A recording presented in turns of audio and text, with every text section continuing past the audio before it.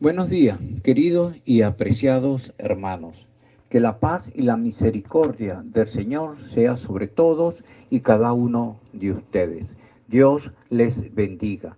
Les habla su hermano en Cristo, Arturo Reyes. En la prédica de la semana pasada se dio inicio al estudio de la epístola del apóstol Pablo a los Efesios, con una introducción general. De la epístola se dijo que resume lo que significa ser un mejor cristiano, clarifica la esencia de la fe cristiana, explora la dinámica de una relación personal con Cristo, expone el plan general de Dios para la iglesia y explica las implicaciones de lo que significa vivir como un cristiano. Efesios ha sido llamada la corona de los escritos de Pablo. Otros la han llamado la epístola más profunda de los escritos de Pablo. Igualmente le han llamado un poema de Cristo y su iglesia. También otro ha comentado que Efesios es la corona y el clímax del Nuevo Testamento. Por lo tanto, les invito a que nos entreguemos con toda atención y esmero al estudio de esta epístola, orando al Señor para que nos dé sabiduría y revelación en el conocimiento de su palabra. Amén. El día de hoy estaremos estudiando los dos primeros versículos del primer capítulo de Efesios, versículo 1 y versículo 2. La prédica se ha titulado El llamado de Dios. Les invito a que me acompañen con sus Biblias en la lectura del pasaje bíblico. Estaré leyendo en la versión Reina Valera del 60. Leo en el nombre del Padre, del Hijo y del Espíritu Santo. Amén. Versículo 1. Pablo, apóstol de Jesucristo, por la voluntad de Dios, a los santos y fieles en Cristo Jesús que están en Éfeso. Versículo 2. Gracia y paz a vosotros, de Dios nuestro Padre y del Señor Jesucristo.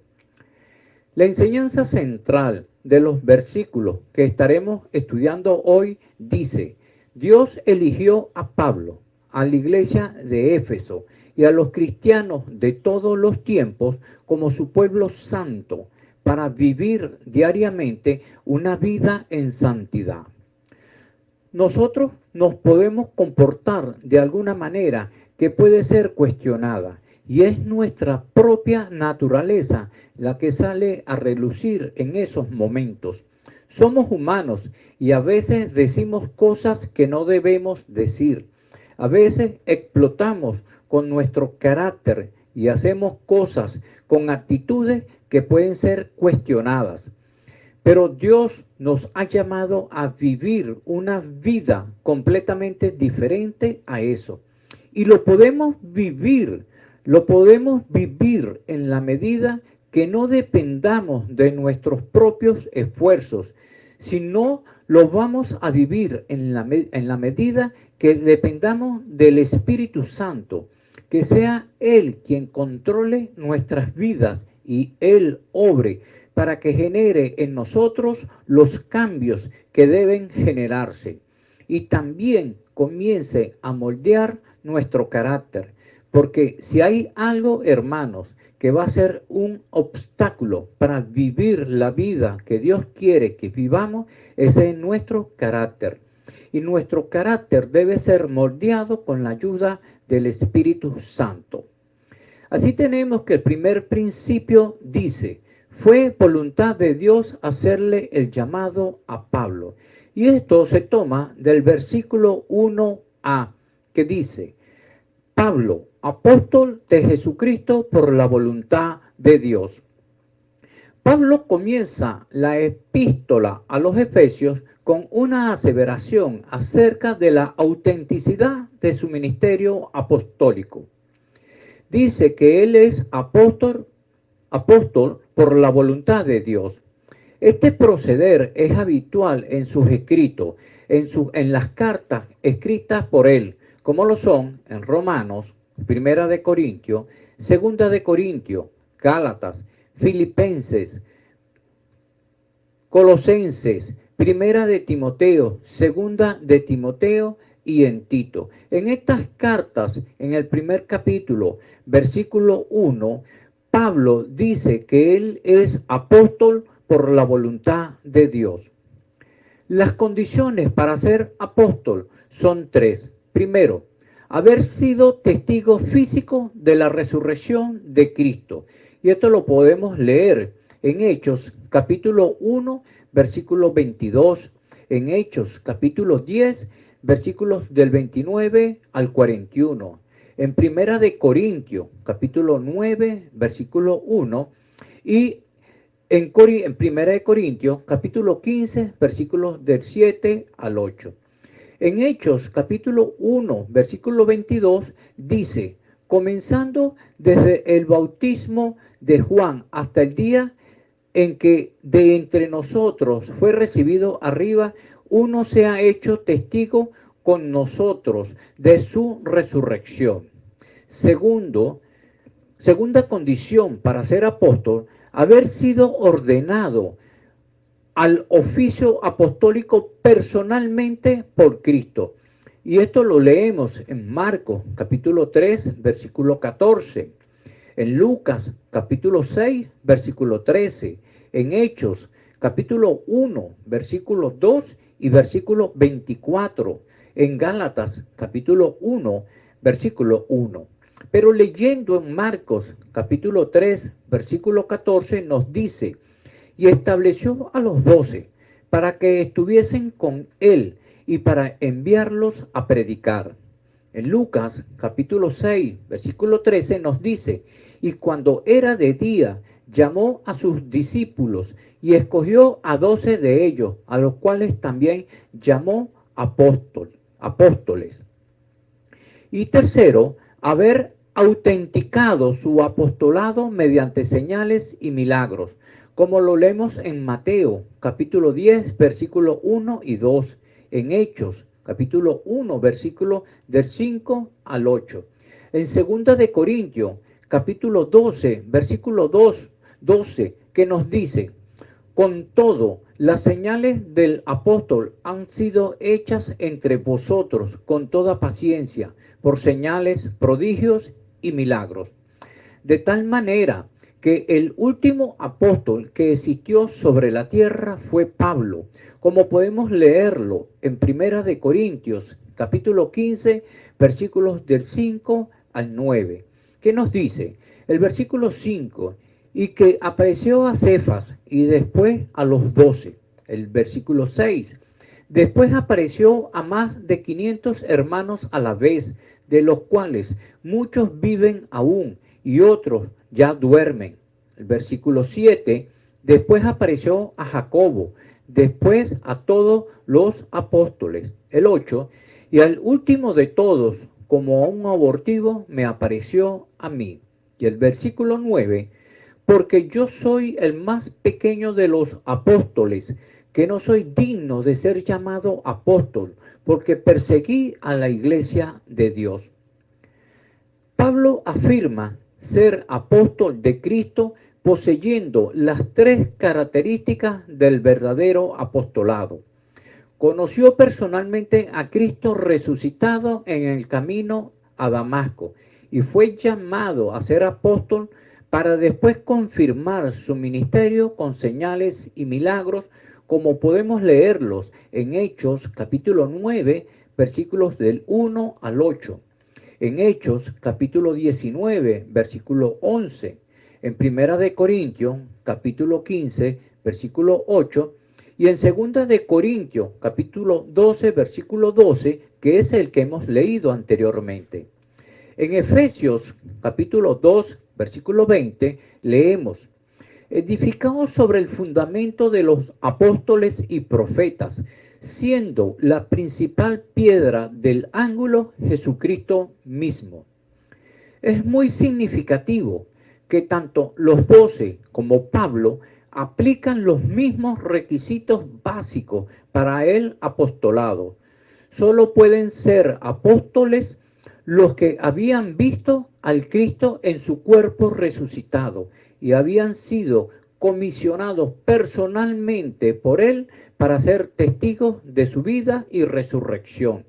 De estos, el último fue el apóstol Pablo. Los apóstoles cumplieron una función histórica. Obviamente, nadie que no sea del primer siglo puede ser testigo ocular de lo que nunca presenció. Por lo tanto, el fundamento apostólico sobre el que descansa la Iglesia no puede estar sino completado y establecido entre las páginas de la Biblia. Cualquier clamor de apostolado moderno debe considerarse una desviación de la sana doctrina, como lo leemos en 2 de Corintios, capítulo 11, versículo 13, que dice: porque estos son falsos apóstoles, obreros fraudulentos, que se disfrazan como apóstoles de Jesucristo. Pasando a nuestro siguiente punto, que dice: la iglesia de Dios, como iglesia de Dios, todos los cristianos tenemos el llamado de ser fieles y santos para la gloria de Dios. Y esto se ha tomado del versículo 1, parte B, que dice: a los santos y fieles en Cristo Jesús que están en Éfeso. Santos viene del griego agios, con H, y significa puro, moral, sin culpa, apartado del mal, consagrado. En relación con los cristianos significa apartarse del pecado y dejar las malas costumbres del mundo para contribuir a los propósitos de Dios. Tenemos fallas, cometemos errores, claro que sí, somos humanos, pero lo carnal no debe gobernar nuestras vidas. Fieles es sinónimo de cristianos y no puedes ser fiel si no estás en santidad. Los fieles son los que han puesto su fe en Cristo Jesús como su Señor y Salvador, demostrándolo a través de su vida. Todo cristiano es un santo, apartado, hecho santo por la obra y gracia de Dios e íntimamente relacionado con Él por medio de la fe activa en Cristo Jesús, que se manifiesta en una lealtad de servicio activo. La iglesia debe observarse desde dos ópticas: la iglesia que Dios ve y la iglesia que el hombre ve. La iglesia que Dios ve es la iglesia compuesta únicamente por los elegidos del Señor. Dios no puede ser engañado. Él conoce lo que hay en nuestros corazones, conoce quiénes somos de su pueblo y quiénes no. Aún estando en la misma iglesia, oro a Dios para que nuestra congregación, todos sin excepción, seamos fieles y santos hijos de Dios. Amén. La iglesia que vemos los hombres es la integrada por aquellas personas que se consideran a sí mismos cristianas, junto con los cristianos verdaderos, cristianos de corazón, quienes viven la fe cristiana. Nosotros podemos ver el desempeño, las obras, los esfuerzos, todo lo que es tangible, pero puedes estar endiosándote. Yo hago, yo hice, yo voy, yo sé hacerlo, no hay otro como yo. Y en todo esto Dios no aparece para nada. Eres tú haciendo la obra de Dios y no Dios haciendo su obra a través de tu persona. En 1 de Samuel, capítulo 16, versículos del 1 al 13, leemos cómo el profeta Samuel fue a Belén por mandato de Dios a visitar la familia de Isaí en busca del sustituto del rey Saúl.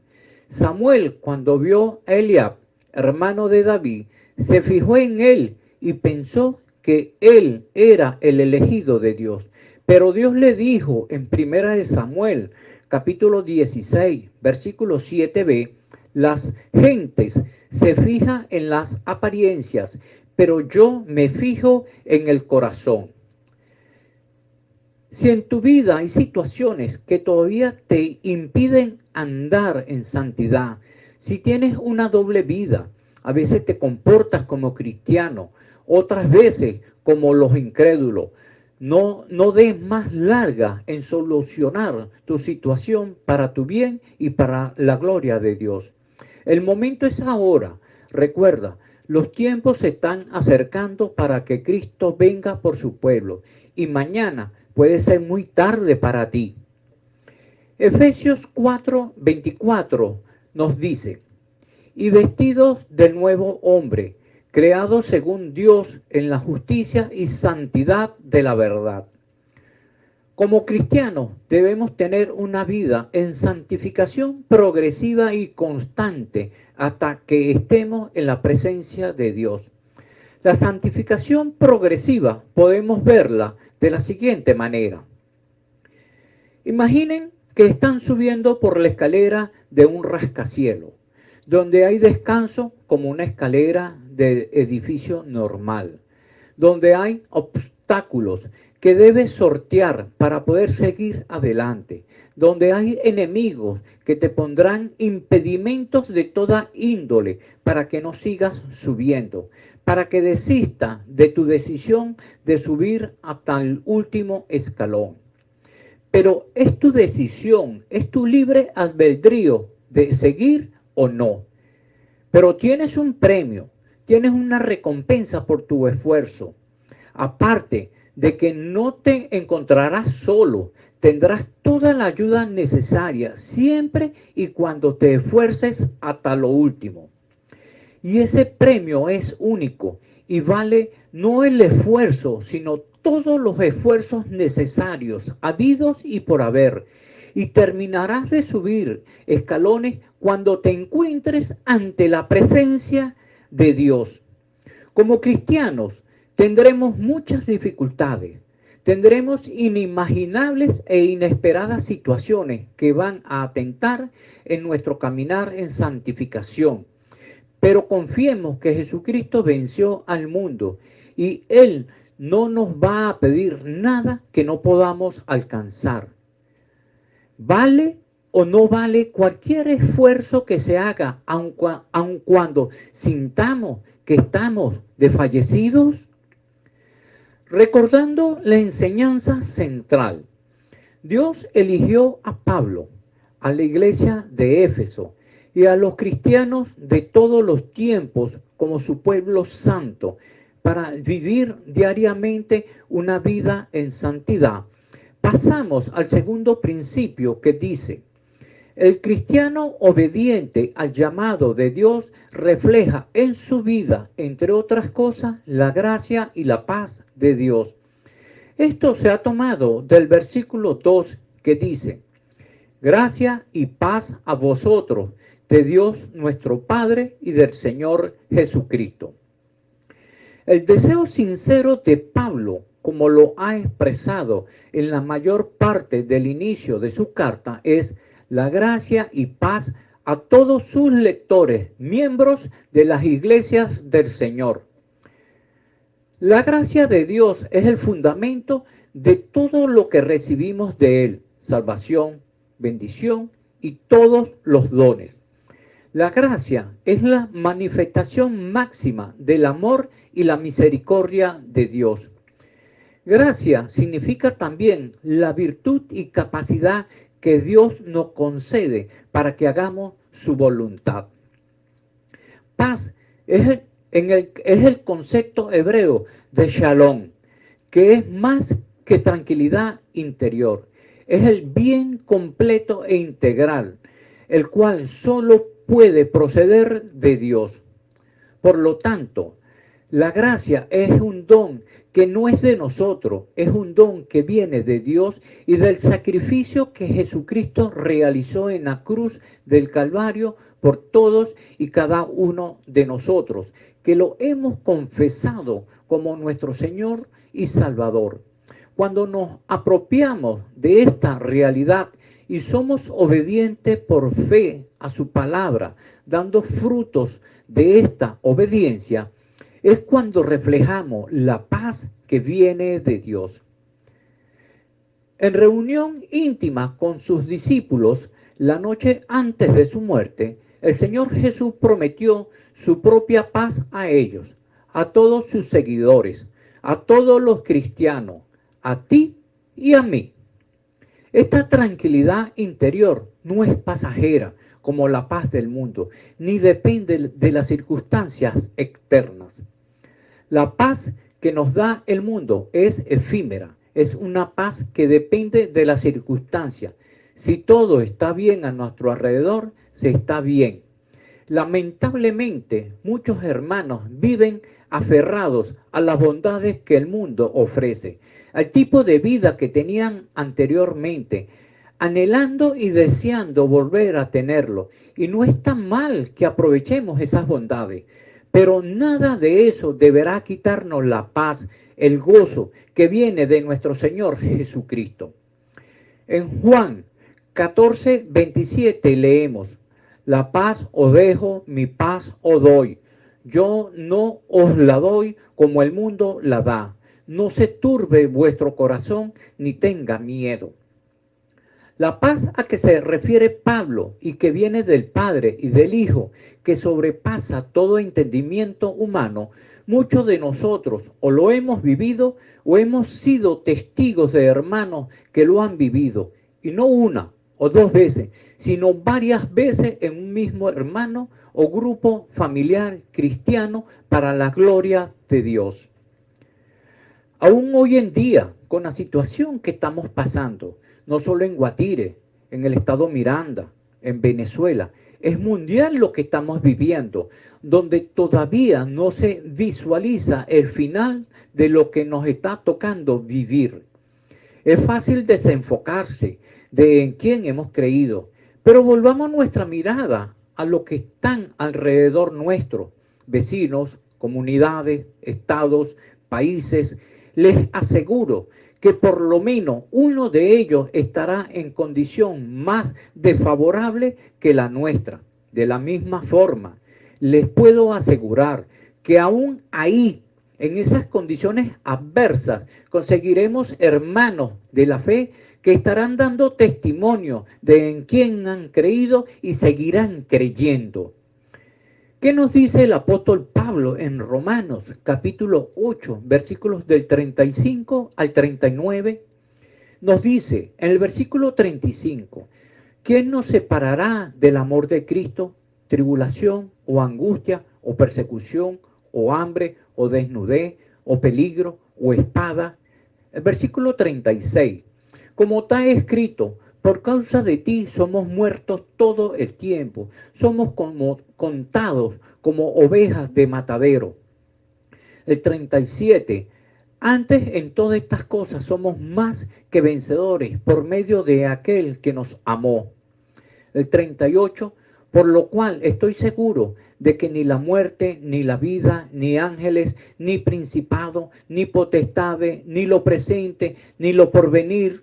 Y el 39, ni lo alto, ni lo profundo, ni ninguna otra cosa creada nos podrá separar del amor de Dios que es en Cristo Jesús, Señor nuestro. Amén. Recordando la enseñanza central, Dios eligió a Pablo, a la iglesia de Éfeso y a los cristianos de todos los tiempos como su pueblo santo para vivir diariamente una vida de santidad. Pasemos a las aplicaciones. Primero, hoy en día, con la situación que estamos viviendo, todos estamos pasando por situaciones difíciles, unos más fuertes que otros, pero nunca debemos olvidar que Dios está con nosotros y apropiándonos del lema de este año de la Iglesia Bíblica Fe y Esperanza, que dice, en medio de cualquier circunstancia, sigamos enfocados hacia la meta del llamado de Dios, tomado de Filipenses capítulo 3, versículos 12 al 14. Segundo, En las circunstancias que te puedas encontrar, has perdido tu dirección con el Señor. Busca su palabra para que vuelvas a enfocarte según lo que Dios quiere para tu vida y puedas andar en el gozo del Señor. Pero si aún así no ves ninguna respuesta, no consigues solución a la situación que estás pasando, tienes que ser lo suficientemente humilde en reconocer que solo no puedes y en oración con el Señor que te dé la dirección de algún hermano crecido en la fe que te pueda acompañar a solucionar tu situación para la gloria de Dios. Por último, le dejo estas preguntas para reflexión personal. ¿Asumes con reverencia el llamado que Dios te ha hecho? ¿Estás consciente de que perteneces a los fieles y santos del Señor? Tus vecinos, familiares, amigos, etcétera, ¿puedes dar fe que tu vida refleja la gracia y la paz de Dios? Hermanos, recuerden que todos los cristianos estamos llamados a vivir una vida santa. Oremos. Oh Señor, gracias por este día. Gracias por tu palabra. Gracias porque a pesar de las dificultades, podemos reunirnos virtualmente. Gracias por el llamado que tú nos has hecho. Señor, ayúdanos a no cometer el error que cometió Pedro, que cuando estaba en la barca y tú venías caminando sobre la mar, y él comenzó a caminar sobre el mar, teniendo su mirada puesta en ti, pero cuando dejó de mirarte comenzó a hundirse. Te pido, Señor, por todos y cada una de esas cosas que pueden haber en nosotros y hacernos voltear la mirada a otro lado, que podamos desechar absolutamente todo aquello que pueda impedir nuestro caminar contigo, que podamos reflejar tu gracia y paz a pesar de las dificultades. Igualmente, que podamos tener una vida diaria y constante en santificación para tu gloria y honra. Amén.